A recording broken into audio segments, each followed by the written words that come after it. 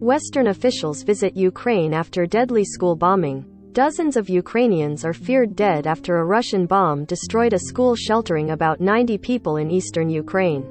Zaporizhzhia, Ukraine. Dozens of Ukrainians were feared dead Sunday after a Russian bomb flattened a school sheltering about 90 people in its basement. While Ukrainian troops refused to surrender at a besieged steel plant that Moscow's invading forces sped to seize before Russia's Victory Day holiday. The governor of Luhansk province, one of two areas that make up the eastern industrial heartland known as the Donbass, said the school in the village of Bilohorivka caught fire after Saturday's bombing. Emergency crews found 2 bodies and rescued 30 people, he said. Most likely, all 60 people who remain under the rubble are now dead, Governor Serhiy Haidai wrote on the Telegram messaging app. Russian shelling also killed 2 boys, ages 11 and 14, in the nearby town of Privilia, he said. The largest European conflict since World War II has developed into a punishing war of attrition due to the Ukrainian military's unexpectedly effective defense. Since failing to capture Ukraine's capital, Kyiv, Moscow's forces have attacked cities, towns and villages in eastern and southern Ukraine but not gained much ground, according to Western military analysts. To demonstrate success in time for Victory Day on Monday, the Russian military worked to complete its takeover of Mariupol, which has been under relentless assault since the start of the war. The sprawling seaside steel mill where an estimated 2,000 Ukrainian fighters made a last stand is the only part of the city not under Russian control. All the remaining women, children and older civilians who were sheltering with the fighters in the Azovstal plant were evacuated Saturday. The Ukrainian troops rejected deadlines given by the Russians, who said the defenders could leave with their lives if they laid down their arms. Captain Sviatoslav Palomar, the deputy commander of the Azov Regiment, a Ukrainian National Guard battalion holding the steel mill, told an online news conference Sunday that the site was targeted overnight by 3 fighter jet sorties, artillery and tanks. "We are under constant shelling," he said, adding that Russian infantry tried to storm the plant, a claim Russian officials denied in recent days, and Tele. Palomar said there was a multitude of casualties at the plant. Lieutenant Ilya Samoylenko, another member of the Azov Regiment, said there were a couple of hundred wounded soldiers at the plant, but he declined at the same news conference to reveal how many able-bodied fighters also remained in the plant. He described the situation as dire because they didn't have life-saving equipment in their tunnels. He also said fighters had to dig out people by hand when some bunkers collapsed under the Russian shelling. "The truth is, we are unique because no one expected we would last so long," Samoylenko said. "Surrender for us is unacceptable because we cannot grant such a gift to the enemy." After rescuers evacuated the last civilians, Ukrainian President Volodymyr Zelensky said he was trying to secure humanitarian corridors for residents of Mariupol and surrounding towns to leave.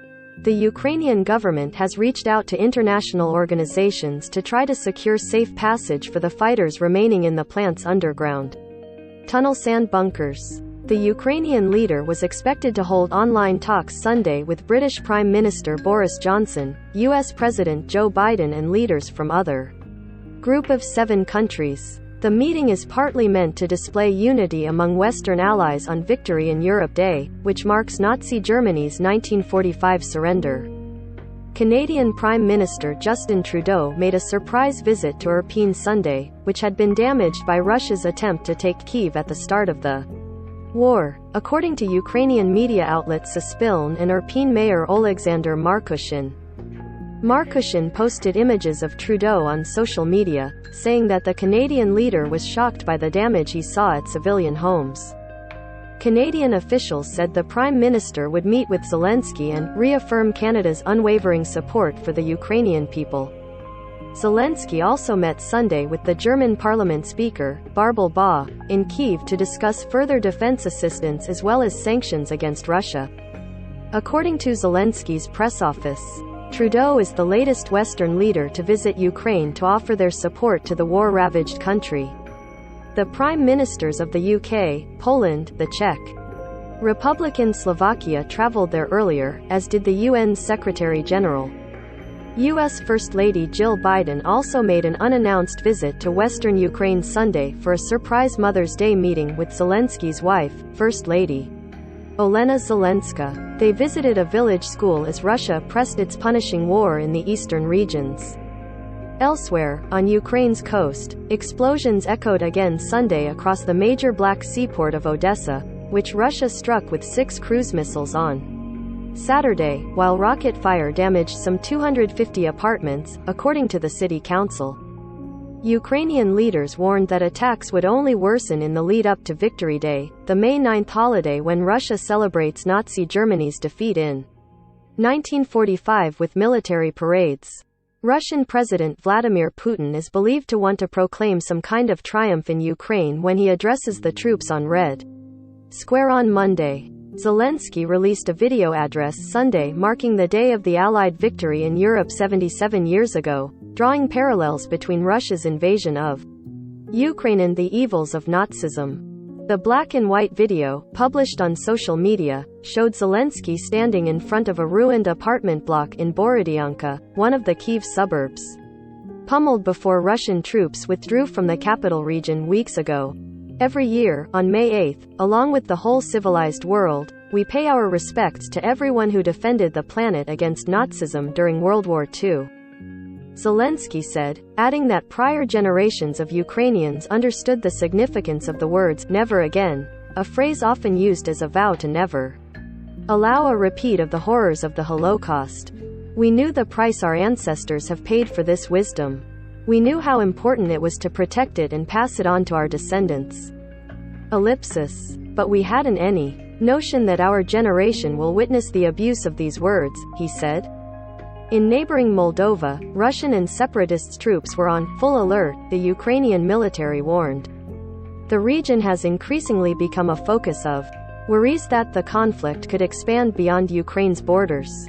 Pro-Russian forces broke off the Transnistria section of Moldova in 1992, and around 1,500 Russian troops have been stationed there since, ostensibly as peacekeepers. Those forces are on full combat readiness, Ukraine said, without giving details on how it came to the assessment.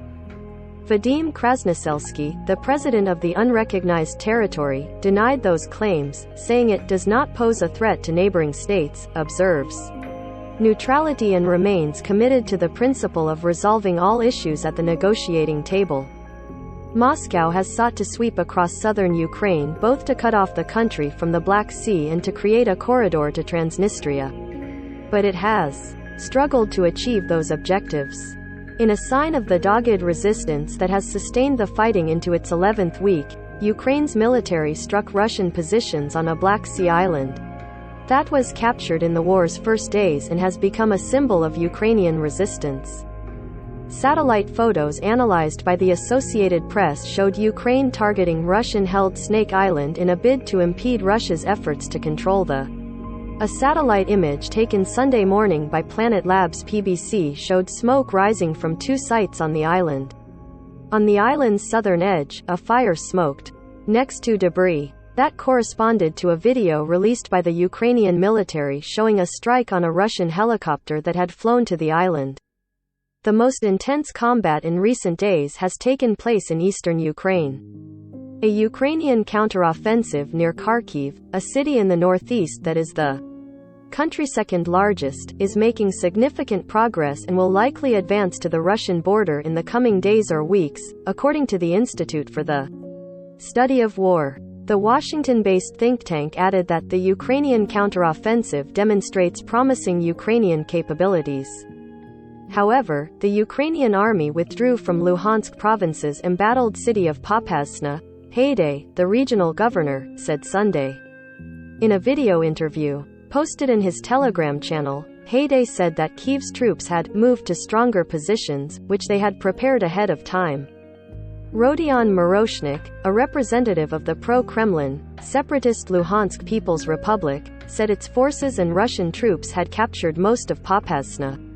After 2 months of fierce fighting, The Russia-backed rebels have established a breakaway region in Luhansk and neighboring Donetsk, which together make up Ukraine's industrial heartland. Known as the Donbass, Russia has targeted areas still under Ukrainian control.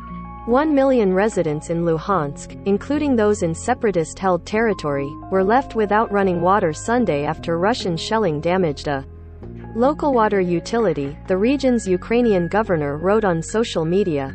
To the west in Dnipropetrovsk province, the governor said a 12-year-old boy was killed by a cluster munition that he found after a Russian attack. An international treaty bans the use of those kind of explosives, but neither Russia nor Ukraine have signed the agreement. The regional governor, Valentin Reznichenko, said the boy was the sixth local child killed by cluster munitions. "This war is treacherous," he wrote on social media. "It is near, even when it is invisible." Gambrel reported from Lviv, Ukraine. Jessica Fish in Bakhmut, David Keaton in Kyiv, Yuris Karmanow in Lviv, Mstislav Chernov in Kharkiv, Lolita C. Baldor in Washington, and AP staff around the world contributed to this report. Follow AP's coverage of the war in Ukraine. https://apnews.com/hub/Russia-Ukraine